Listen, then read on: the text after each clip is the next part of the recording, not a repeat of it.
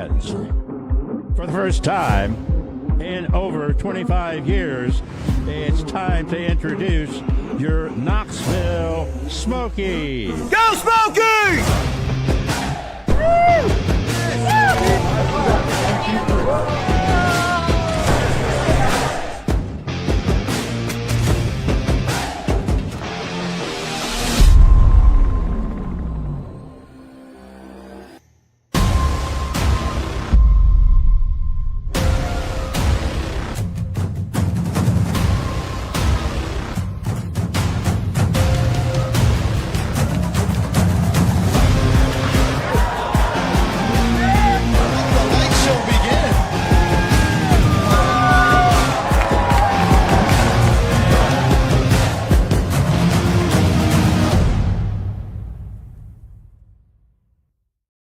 All right, Smokies fans, welcome back to the live pilot pregame show alongside Philip the Stash Stalzer. I'm Connor Nelson, here to bring you a little bit of a preview before game number 3. We've got the Chattanooga Lookouts going up against your Knoxville Smokies. Some Reds and Cubs AA Southern League action going on here in Chattanooga tonight from AT&T Field.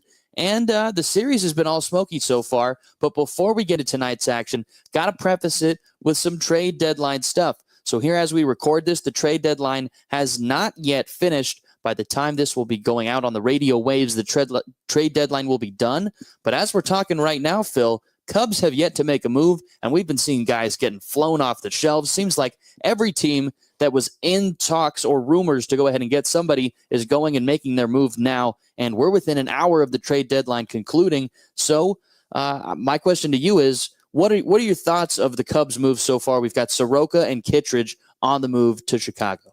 Yeah, I mean, I think it's a solid move. They need some sort of pitching help. I think just with Steele going down for the season, that's a big blow. They've been lucky enough to get some real production out of those pitchers, especially out of the minor leagues that have come up and been pretty good so far. They gave up some young talent, but I don't think it was anything too crazy for some extra help in Michael Soroka. So I think that's pretty huge for them. And then also getting Andrew Kittredge just overall really could – it might not be the big splash move that everyone's looking for, but I think it's definitely going to benefit the team. Yeah, it's preparing them for that big splash move. You're keeping all the prospects that everybody still has on the table right now. Most of your guys in your top 30 that were rumored to be available are still right here in the organization, ready to be traded if they need to be pulled. So we'll see whether or not we're going to be on Hug Watch in the pregame tonight in Chattanooga. We'll be seeing if anybody's taking an early trip out. But with that, before we get into tonight's action, again, I'm more curious, Philip, what's been your favorite move so far? We've had a lot of moves here in this trade deadline. What do you think is going to be your favorite or most impactful? Yeah, I was a little bit not sure at first with the Yankees move for Ryan McMahon, but the more I think about it, the more I think it makes sense. They're struggling defensively. McMahon's a much better defensive third baseman, and he's a lefty hitter in Yankee Stadium. So, I mean, there's a really good chance that he could just start to hit some fly balls out to left field in that short porch in Yankee Stadium. So I think that move can really have some serious upside for the Yankees. Yeah, this is a lineup with New York that not even a year ago they were like, man, we just need some more left-handed hitters. Now you look at that lineup, they got Bellinger, Chisholm, McMahon. Those are 3 pretty solid lefties to go along with your big hitting righties like Aaron Judge and the crew.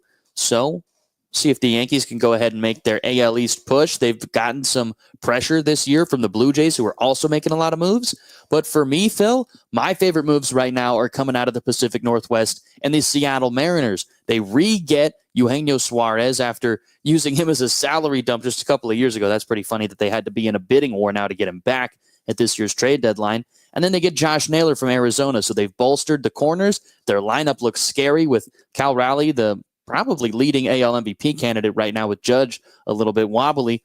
So we'll see what the Mariners are able to do if they're able to really make a push in the AL West. And I think the AL is really up for grabs right now, and the NL teams are really bolstering up because they're realizing this is the last chance they're going to have to add before they get to face a team like the Dodgers in the playoffs. So curious to see if the Cubs will go ahead and make a move. Like we said, we're under an hour away from the end of the trade deadline. So keep an eye on that as we continue. If we get any notifications, we'll break some news if we see anything. But for now, let's go ahead and get into the series. right now. We've got game number 1. It was a great win for the Smokies. 13 runs scored. That's the most they've scored in a game this entire season. So they scored 6 in the second, 5 in the third. Sam Armstrong had a great start, had a career-high 8 strikeouts, and the bullpen held the lead strong. Then, game 2, Smokies got on the win column again. Philip, why don't you break it down?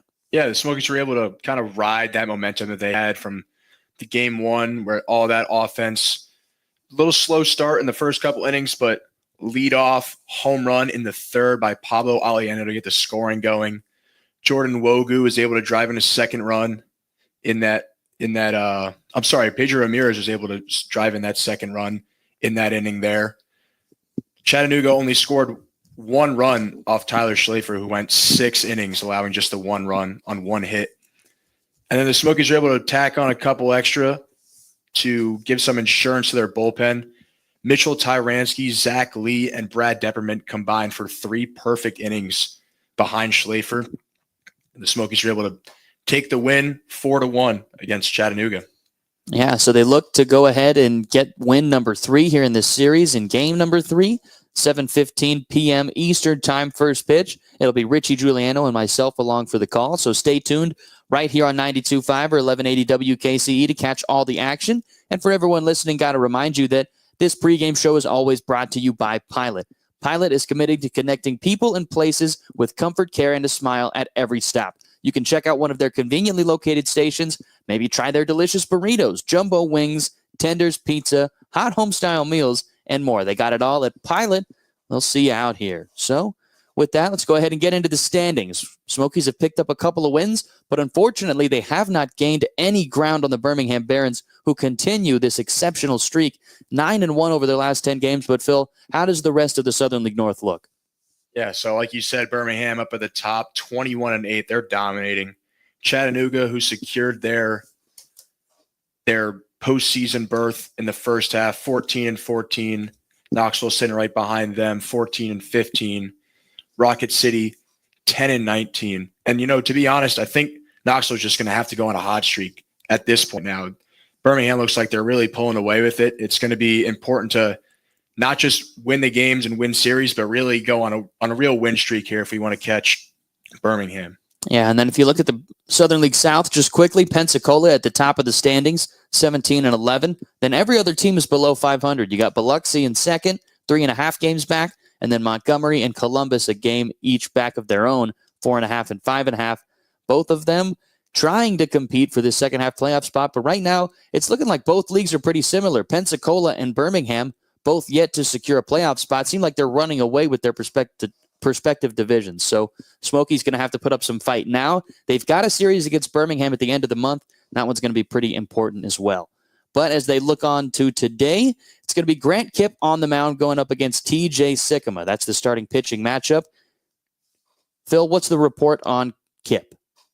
Yeah, Grant Kipp, 6'6", 220. The 25-year-old is 5-3 with a 3.48 ERA in 18 games so far this year. He's been good. He's been very solid for the Smokies.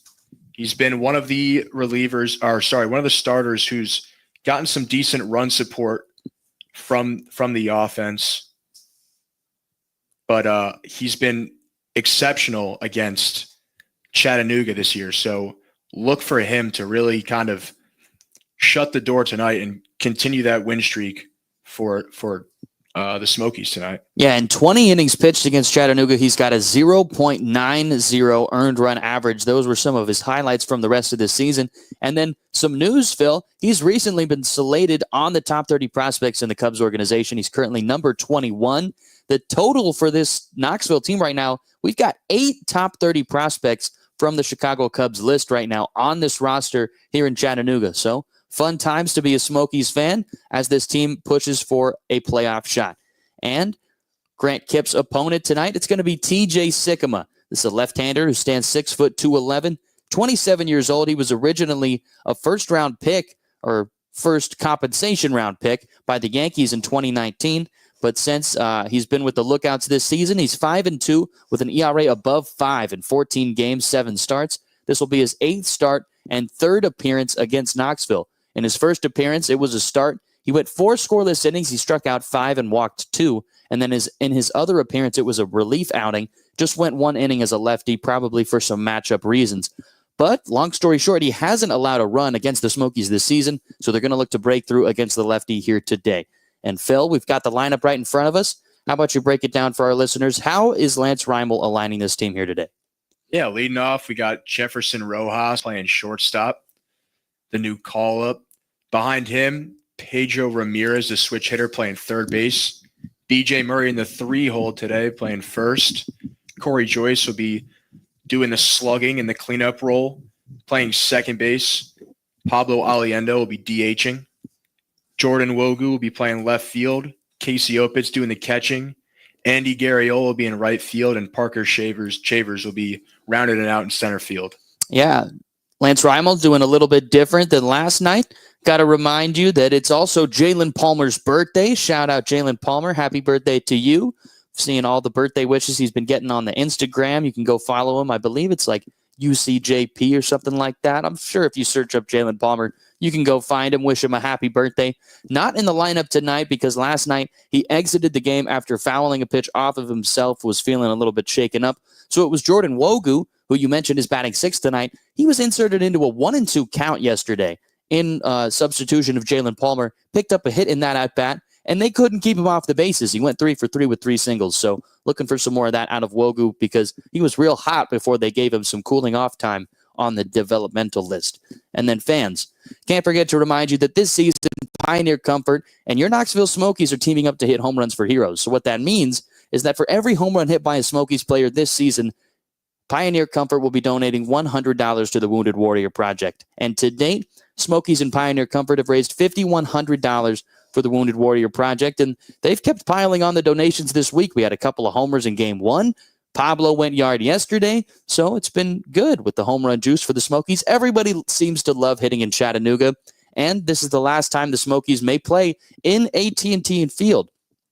Chattanooga is going to get a new stadium next season in the same town, but AT&T Field will be no more. So Smokies, this could be the last chance to play there unless they position themselves into the playoffs, in which case they'll be headed to Chattanooga for Game 1. All right, Phil, let's go ahead and get into our final segment here in today's Pilot pregame show, our players to watch. These are guys we're expecting to have a big impact in tonight's game. So, Phil, which Smoky are you looking at to help them get into the win column? Yeah, I'm really looking at Andy Garriola. He's struggled a bit since being called up. Right now, his batting average sits at 179, but I really think he could provide some production. He's been very good when runners are in scoring position. So far this season, second on the team in batting average at 294 and first on the team with a 900 OPS. So, with guys like Jordan Wogu, who's been hot, Corey Joyce looks like he's heating up. Some of those guys in front of him get on base, get over into scoring position. For some reason, it just clicks for Garriola when those guys are in scoring position. So if they can get on second and third for him, I think he can deposit some runs, score some runs for Kip tonight. Yeah, he was so solid at driving in runners for the South Bend Cubs. He led the team before he got the call up. Here's a clip of his double from the first night's game. Excuse me, not double, RBI from the first night's game. But that ball was absolutely ripped, as you can see. Went a whole long ways for an RBI. But Garriola had that RBI, was on base a couple of times. He scored a couple of runs in Game 1, had the night off in Game 2, inserted back into the lineup for Lance Reimel, and Phil's looking to have a big night from him. So, as we move it on, my player to watch, it's going to be Pedro Ramirez. And Phil, the reason why I'm watching him is because right now he's hitless in this series. This is the Southern League hits leader, the first Southern Leaguer to reach the century mark in the hits column. He's got 104 that continues to lead the league, but hitless in this series. He has good overall numbers against Chattanooga. He's hitting over 270 against this squad on the season, but he needs to turn it on in this series, and the offense hasn't really needed him just yet. But that's not going to be the case for long. We've seen Pedro come up in so many clutch situations this series. It's going to happen again, and hopefully he's ready for it. It seems like he's definitely due, expecting a big game from the switch hitter this game tonight, and he's back in the 2-hole. So, Phil, any last words for our listeners on 92.5 or 1180 KCE before we wrap up this pregame show? Like I said, I think we got to get on a win streak. I think right now with the way this offense has been playing, I think this is our chance to really get something going here. So go out there, win tonight, and really get some serious momentum and start taking some wins with aggression. Yep, looking for the Smokies to continue this winning pace, looking for the Birmingham Barons to slow down so that we can gain some ground in the Southern League North.